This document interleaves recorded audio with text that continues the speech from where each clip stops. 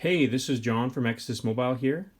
Just here to teach you how to do a remote programming for your Viper, Clifford, or Python remote starter. First off, you need to locate your control center. It may look like any one of these three that would be near the rear view mirror on your windshield. And what it has on is actually a button, a little LED. This one has two, or a little LED there. And what we need to determine first is the blue light blinking or not blinking? If the blue light is not blinking, you're in good shape and you don't have to do any steps right now. Just hold till we get to removing the blue light. So this one is actually blinking, so we need to do an extra step. We need to make it not blink. And the way to do that is turn the ignition on your vehicle. So turn it on, and then the control button, push it once and let go, and it should stop blinking. Then turn your ignition back off.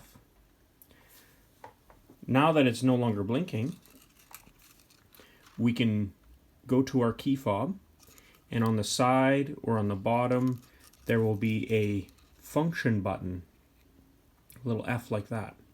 So you hold that F down until you hear a long beep and the LEDs turn on. So we're just holding till the LED turns on. LED is on. We want to now hit the remote start button. So hit remote start. Should get three flashes just like that. Now this one is ready to pair. We do need to get the unit in pairing mode, and the way you do that is turn the ignition back on.